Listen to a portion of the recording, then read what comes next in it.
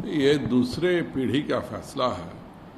पिछली बार जब 2014 में सरकार बनी थी तभी हम लोगों ने निर्णय लिया था कि 25% हम अपने रक्षा उपकरण देश में बनाएंगे। माननीय प्रधानमंत्री जी का ये निर्णय था और इस निर्णय के तहत हम उस समय से काम कर रहे हैं। जब हम लोगों ने सरकार बनाई थी उस समय 70,000 सैनिकों के पास बुलेट प्रूफ जैकेट नहीं थे और इसकी चर्चा होती थी कि 3 सालों से टेंडर लंबित था विदेशों से। आज हम न केवल बुलेट प्रूफ जैकेट बनाते हैं बल्कि अब हम विदेशों में निर्यात करने का काम बुलेट प्रूफ जैकेट में कर रहे हैं। और उसी प्रकार आज माननीय रक्षा मंत्री जी ने जो निर्णय लिया है कि 101 सामान जो विदेश से आते थे उनको पूर्णतः प्रतिबंध लगाते हुए भारत में बनाएंगे, यह आत्मनिर्भरता के तरफ बढ़ते हुए भारत की बहुत लंबी छलांग है। बिहार में इलेक्शन को लेकर संशय की बात कर रहे हैं कोरोना के चलते, बाढ़ के चलते। आप एक जानकारी मिली है कि भाजपा ने भी अपने कार्यकर्ताओं पदाधिकारियों का एक सर्वे कराया है इस इलेक्शन को लेकर के। उस सर्वे में क्या निकल सकता है? भारतीय जनता पार्टी कभी इस तरह का कोई इलेक्शन सर्वे नहीं कराती है। चुनाव कब होगा यह तय करना चुनाव आयोग का कार्य है और मुझे नहीं लगता कि चुनाव आयोग के कार्य में किसी राजनीतिक दल को तारीख में हस्तक्षेप करना चाहिए। जो स्थितियां हैं खुद चुनाव आयोग देख रहा है। आज वाल्मीकि नगर का चुनाव 6 महीने पूरे हो जाने के बावजूद नहीं हो पा रहे हैं। विधान परिषद के हमारे चुनाव अप्रैल में थे लंबित, अभी नहीं हो रहे हैं। पर इस समय यह घोषणा करना कि आगे बढ़ेगा नहीं बढ़ेगा, मुझे लगता है कि किसी भी राजनीतिक दल को चुनाव आयोग के क्षेत्राधिकार में नहीं पड़ना चाहिए। चुनाव आयोग स्वयं संवेदनशील है।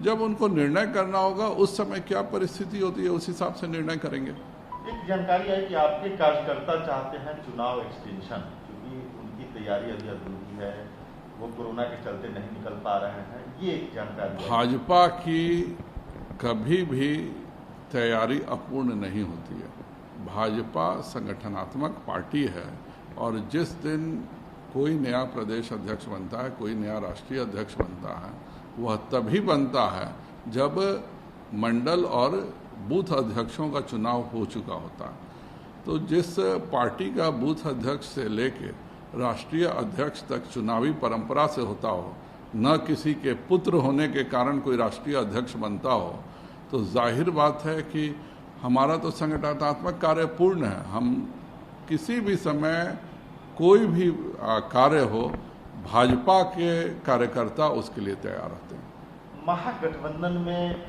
बड़ा रार है।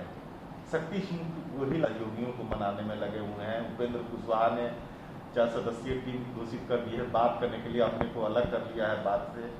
आज बात आई है कि जीतन मांझी MIM के प्रदेश अध्यक्ष जो असदुद्दीन ओवैसी की पार्टी उनके प्रदेश अध्यक्ष से मिलने जा रहे हैं। क्या हो क्या कि महागठबंधन बना ही इसलिए है कि सब अपने अपने घोटाले छुपा सकें और नए घोटाले कर सकें। जाहिर बात है कि नए घोटाले के प्रयास में ज़्यादा हिस्सेदारी करेंगे तभी तो ज़्यादा बड़े घोटाले कर पाएंगे। ये पूरा का पूरा महागठबंधन ही घोटाला गठबंधन है और जहाँ घोटाला होता है वहाँ सब चीज़ गड़बड़ होती ही है। राहुल गांधी लगातार मुखर हैं प्रधानमंत्री पर। अनर्गल हमेशा बयानबाजी उनकी आ रही है। अभी फिर उनको ही आया है कि भारत का लोकतंत्र खतरे में है। भारत का लोकतंत्र न कभी खतरे में था न कभी खतरे में भविष्य में होगा। भारतीय लोकतंत्र की नींव भारत की जनता है। जो लोग अपने परिवार के भरोसे किसी पद पर आसीन हैं, उन्हें यह लगता है कि अगर वह मुखिया रहें तभी लोकतंत्र है और अगर उनके ऊपर कोई प्रश्न उठाए तो यह अलोकतांत्रिक है। वैसे लोग जब लोकतंत्र की बात करते हैं तो सामान्य जन भी उन पर हंसता है।